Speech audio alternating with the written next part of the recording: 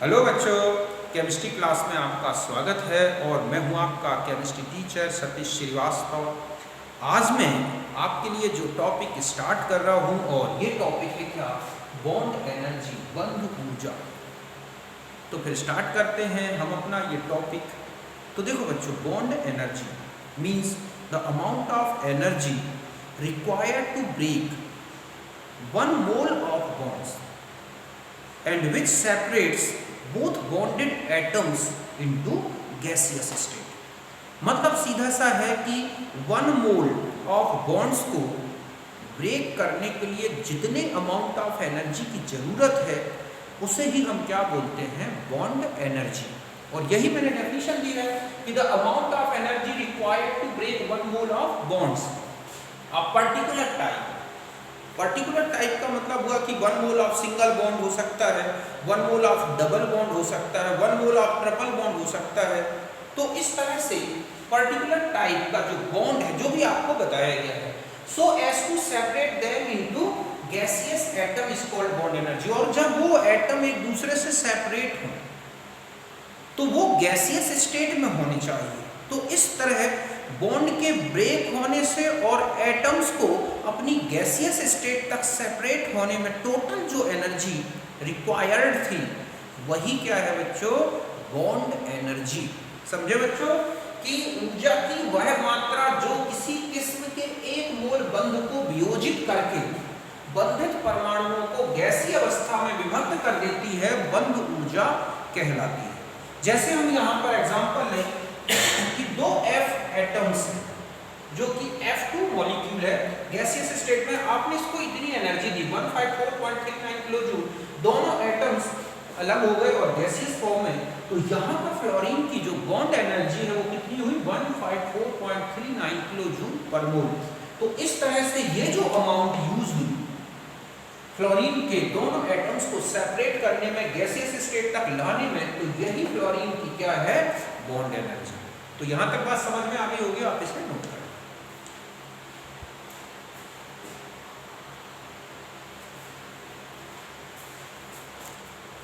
अब देखो बच्चों, बॉन्ड एनर्जीज का कैलकुलेशन कैसे किया जाए, इसके लिए अलग अलग रिलेशंस दिए गए हैं। एक होती है एवरेज बॉन्ड एनर्जी, समझ गए ना, एवरेज, यहां पर लिखा है एवरेज बॉन्ड एनर्जी। समझे बच्चों, औसत बंध ऊर्जा। एक्चुअली ये तब यूज होती है जब मान लिया जाए कि किसी मॉलिक्यूल में डिफरेंट टाइप्स ऑफ बॉन्ड्स हैं। अब हर एक बॉन्ड को अगर हम ब्रेक करें तो अलग अलग एनर्जीज लगेंगी।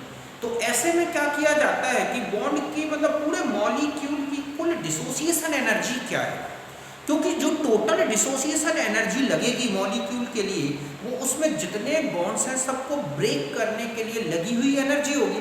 तो total dissociation energy of 1 mole of molecules ले लिया जाए और 1 मोल ऑफ मॉलिक्यूल्स में कितने नंबर ऑफ बॉन्ड्स हैं उनसे क्या कर दिया जाए, डिवाइड कर दिया जाए। तो ये निकलाएगी एवरेज रूप से। मान लो CH4 है, CH4 का एक एक बॉन्ड CH को ब्रेक किया जाए तो अलग अलग एनर्जीज लगेंगी। अब एवरेज रूप से अगर हम कैलकुलेट करें कि CH की क्या बॉन्ड एनर्जी होगी, तो हम टोटल CH4 की डिसोसिएशन एनर्जी कितनी है और उसमें 4 से डिवाइड कर दें तो एक CH की एवरेज बॉन्ड एनर्जी कैलकुलेट हो जाएगी। तो ये फॉर्मूला है dissociation energy of 1 mole of molecules upon number of bonds in 1 mole of molecules. एक मोल अणुओं की वियोजन ऊर्जा बटा एक मोल अणुओं की बंध ऊर्जा। एक तो ये फॉर्मूला है।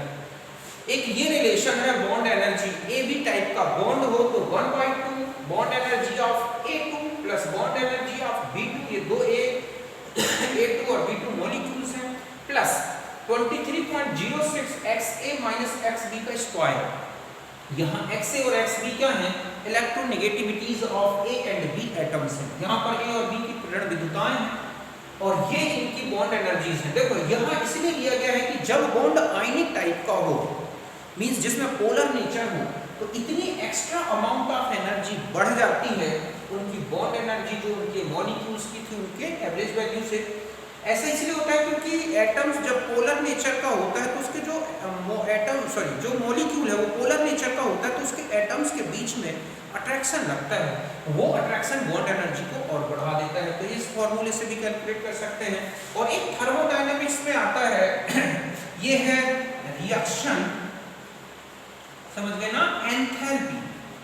तो रिएक्शन एंथैल्पी के बेस पर भी हम बॉन्ड एनर्जी कैलकुलेट कर सकते हैं। Summation of bond energy of all reactants minus summation of bond energy of products, मतलब जितने भी रिएक्टेंट्स हैं उनकी सारी बॉन्ड एनर्जीज का सम लें और प्रोडक्ट्स का माइनस कर दें, तो उससे रिएक्शन एंथैल्पी निकल सकती है। तो इस तरह से अगर हमें रिएक्शन एंथैल्पी दे रखी हो और किसी एक पर्टिकुलर बॉन्ड को छोड़कर बाकी बॉन्ड्स की बॉन्ड एनर्जीज दे रखी हो, तो हम उस बॉन्ड की बॉन्ड एनर्जी कैलकुलेट कर सकते हैं। और अभी हम एक क्वेश्चन देखेंगे। तो यहाँ पर यही मैंने लिखा है समेशन, मतलब सम ऑफ बॉन्ड एनर्जी, समस्त बंध ऊर्जाओं का योग है बच्चों। ये A2 अणु की बॉन्ड एनर्जी है, तो ये B2 अणु की बॉन्ड एनर्जी है, तो ये XA और XB ये A और B की ऋण विद्युताएं हैं। तो इस तरह से ये हमारे रिलेशंस हैं जिनसे हम बॉन्ड एनर्जीज की कैलकुलेशन करें। तो आप पहले से कैलकुलेट करें।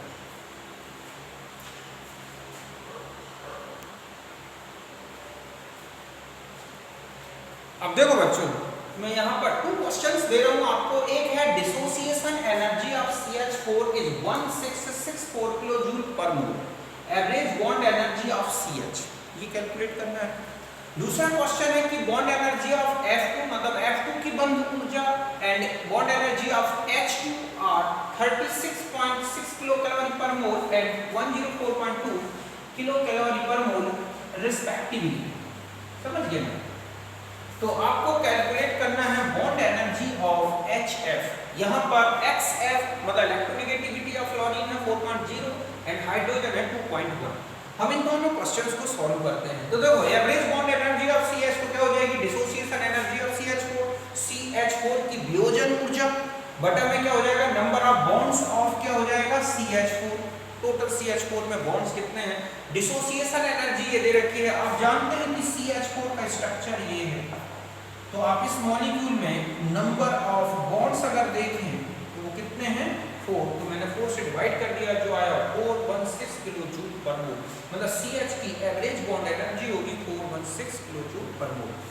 इसी तरह से अब हम सेकंड क्वेश्चन को सॉल्व करते हैं। पहले आप इसे नोट करें।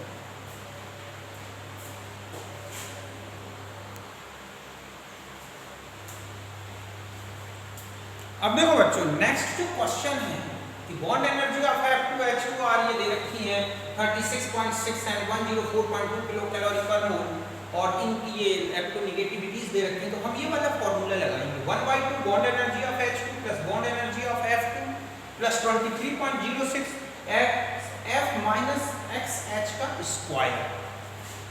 बस अब आप इसे सॉल्व कर लें, जो वैल्यू आएगी वो इसकी क्या होगी, बॉन्ड एनर्जी लगभग 153 के आसपास की आएगी। ओके, तो आप इसे नोट करें।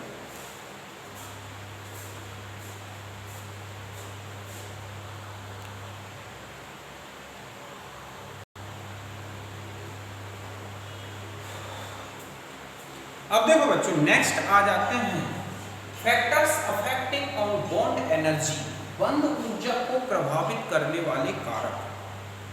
तो देखो, जो बॉन्ड एनर्जी है वो किन किन फैक्टर्स पे डिपेंड करती है। तो ध्यान रखें कि बॉन्ड एनर्जी और बॉन्ड लेंथ एक दूसरे के इनवर्सली प्रोपोर्शनल हैं। जो फैक्टर्स बॉन्ड लेंथ के लिए फेवरेबल हैं वो इसके लिए उल्टा हो जाएंगे। तो हम एक एक करके समझते हैं। देखो कि साइज ऑफ एटम, परमाणु आकार, तो bond energy inversely proportional to the size of atom. जितना बड़ा साइज का एटम होगा उनके न्यूक्लियस उतने दूर हो जाएंगे। ऐसे में क्या होगा, उनमें अट्रैक्शन कम होगा और उनको ब्रेक करना, उनके बीच के बॉन्ड को ब्रेक करना इजी होगा। तो जिस तरह से हम यहाँ देखें कि HF उससे कम हो जाएगी HCl, HBr, HI, क्यों? क्योंकि यहाँ पर हैलोजन की साइज बढ़ती जा रही है। एटॉमिक साइज किसकी बढ़ रही है बच्चों, हैलोजन की। ठीक इसी तरह से CF, Cl, Br, I, तो इस तरह से यहाँ पर भी हैलोजन का इफेक्ट दिख रहा है।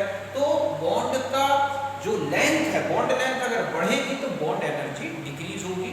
ये फर्स्ट है साइज ऑफ एटम से लेंगे। फिर है बॉन्ड ऑर्डर, बंध क्रम, number of bonds between two atoms in molecule is called bond order. उसमें जो मॉलिक्यूल है उनके एटम्स के बीच में कितने बॉन्ड्स हैं उसको हम बोलते हैं बॉन्ड ऑर्डर। तो bond energy directly proportional to the bond order, जितना ज्यादा बॉन्ड ऑर्डर उतनी ही ज्यादा बॉन्ड एनर्जी। जैसे सी सिंगल बॉन्ड सी से ज्यादा एनर्जी होगी, सी डबल बॉन्ड सी इससे ज्यादा, ट्रिपल बॉन्ड की, मतलब ये बॉन्ड एनर्जी का इंक्रीजिंग ऑर्डर है। ऐसे ही C single bond and C double bond and C triple bond and यहाँ भी बॉन्ड एनर्जी इंक्रीजिंग ऑर्डर में है, यहाँ पर बॉन्ड एनर्जी डिक्रीजिंग ऑर्डर में है।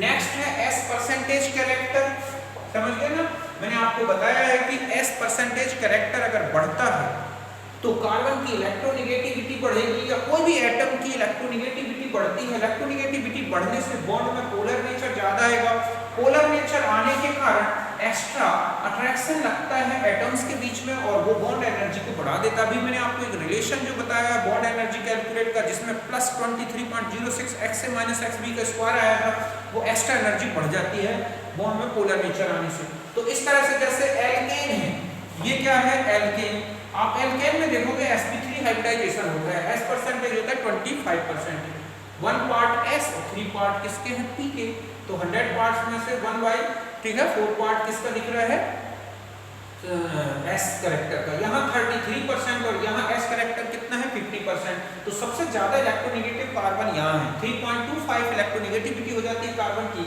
तो जितना ज्यादा इलेक्ट्रोनेगेटिव कार्बन उतना ही ज्यादा हाइड्रोजन बॉन्डेड रहेगा और उतनी ही ज्यादा एनर्जी लगेगी। तो इस तरह से CH बॉन्ड की एनर्जी लगातार क्या होती जा रही है, बढ़ती जा रही है। यहाँ पर किसकी बॉन्ड एनर्जी बताई गई है, CH की, तीनों में, एल्केन, एल्कीन और एल्काइन।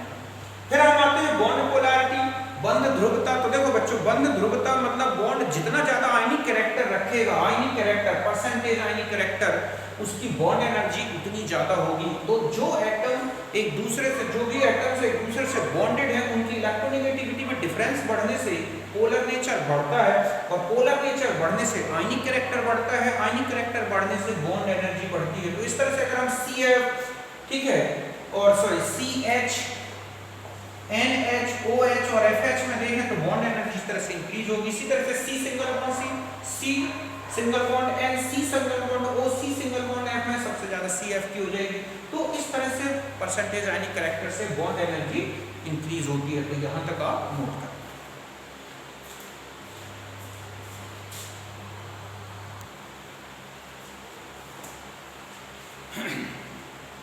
अब देखो नेक्स्ट है फैक्टर जो है वो है बॉन्ड एटम, ये है number of lone pairs in adjacent atoms, निकटवर्ती परमाणुओं में इलेक्ट्रॉन युग्म, ये निकटवर्ती परमाणु में इलेक्ट्रॉन युग्म। तो देखो यहाँ ध्यान रखना है कि bond energy inversely proportional to the, ठीक है, नंबर ऑफ लोन पेयर्स, ठीक है, इन एडजेसेंट एटम। ये ध्यान रखना, मतलब ये है कि जिस दो जो एटम बॉन्डेड हैं उनके किसी भी एक एटम में या दोनों एटम में अगर लोन पेयर्स आते हैं तो ऐसे में क्या होता है, बॉन्ड एनर्जी डिक्रीज होती है। ऐसा इसीलिए होता है क्योंकि इन एटम्स के बीच में रिपल्सन होता है, सॉरी इन लोन पेयर्स जो इलेक्ट्रॉन हैं, इलेक्ट्रॉन्स हैं जो इन लोन पेयर्स के, इनके बीच में रिपल्सन होता है और न्यूक्लियस एक दूसरे से दूर हटते हैं, जिससे बॉन्ड ब्रेक हो जाता है। जैसे C सिंगल बॉन्ड C की energy N single bond N से ज्यादा है और N सिंगल बॉन्ड N की energy O single bond O से ज्यादा है। क्यों? क्योंकि यहाँ पर कोई भी लोन पेयर नहीं है, यहाँ आप देख रहे हैं 2 लोन पेयर्स हैं, यहाँ पर एटम में 2 लोन पेयर्स हैं, तो इनमें ज्यादा रिपल्सन होगा तो ऑक्सीजन इजीली ब्रेक हो जाएगा। तो ध्यान रखना है कि लोन पेयर्स बढ़ने से बॉन्ड एनर्जी डिक्रीज होती है। हाइड्रोजन में एक एक्सेप्शन है, लोन पेयर्स सेम है दोनों एटम्स में, लेकिन साइज छोटी होने के बाद भी फ्लोरीन की बॉन्ड एनर्जी आप देख रहे हैं क्लोरीन और ब्रोमीन दोनों से कम है। रीजन है कि इसकी साइज काफी छोटी होती है और ये लोन पेयर्स में बहुत ज्यादा रिपल्सन होने के कारण साइज भले छोटी है तो बॉन्ड एनर्जी ज्यादा होनी थी, लेकिन इनमें लोन पेयर्स रिपल्सन इतना ज्यादा है कि वो इन दोनों से कहीं कम एनर्जी हो जाती है इसकी बॉन्ड एनर्जी। इसलिए ये एक्सेप्शन है और ये काफी इंपॉर्टेंट क्वेश्चन है बच्चों, पूछा जाता है। तो Cl2, Br2, F2 और I2, ये है इनकी बॉन्ड एनर्जी का ऑर्डर, ये ध्यान रखना है डिक्रीजिंग ऑर्डर में। फ्लोरीन का जो रीजन है कि साइज छोटी होने के बाद वो हेलोजन में 3rd नंबर में आ रहा है, रीजन है lone pairs repulsion and small size. तो ये दोनों मिलकर इसको ऐसा करते हैं कि इसकी बॉन्ड एनर्जी इस तरह से 3rd नंबर में आ जाती है। फिर है चार्ज ऑफ एटम्स, जो बॉन्डेड एटम्स हैं, परमाणुओं का आवेश। समझिए बच्चों, तो देखो आवेश हम जानते हैं कि bond energy directly proportional to the charge. Charge ज्यादा होगा तो एटम्स एक दूसरे से बहुत ही स्ट्रांगली बॉन्डेड रहेंगे, उनको ब्रेक करने के लिए ज्यादा एनर्जी लगेगी। इसलिए LIF, BeF2 और BF3 में अगर हम चले तो आप देखेंगे +1 +2 +3, तो इनमें बॉन्ड एनर्जी इंक्रीज होगी। ठीक इसी तरह से AlF3 Al2O3 Aln, तो यहाँ पर +3 -1 +3 -2, ठीक है, +3 -3, तो ये बॉन्ड एनर्जी इस तरह से इंक्रीज होती जाएगी। तो ये है फैक्टर अफेक्टिंग। एक और फैक्टर बता दूं, बॉन्ड एनर्जी जो है रेजोनेंस, अगर आप जाएंगे नेक्स्ट फैक्टर अगर आप देखें कि रेजोनेंस का क्या इफेक्ट पड़ता है, तो ध्यान रखें कि जो बॉन्ड एनर्जी है वो directly proportional to the number of canonical structures, means हम और ये कह सकते हैं रेजोनेटिंग स्ट्रक्चर। जितने ज्यादा रेजोनेटिंग स्ट्रक्चर बनेंगे मॉलिक्यूल के, उतनी ही ज्यादा उसकी क्या होती जाएगी, बॉन्ड एनर्जी होती जाएगी। रीजन ये है कि उसके रेजोनेंस होंगे तो उसमें जो एनर्जी रिलीज होती है या जो डिस्ट्रॉय होती है, जिसे हम बोलते हैं रेजोनेंस एनर्जी, तो मॉलिक्यूल की वो रेजोनेंस एनर्जी बॉन्ड को और ज्यादा स्ट्रॉन्ग बनाती है। तो इस तरह से बॉन्ड एनर्जी रेजोनेटिंग स्ट्रक्चर के डायरेक्टली प्रोपोर्शनल है। तो ये कुछ फैक्टर्स थे जिनके कारण बॉन्ड एनर्जी इफेक्टेड होती है, तो उनके मैंने ऑर्डर्स बताए, वो आप अच्छी तरह से याद रखें। तो आप इसे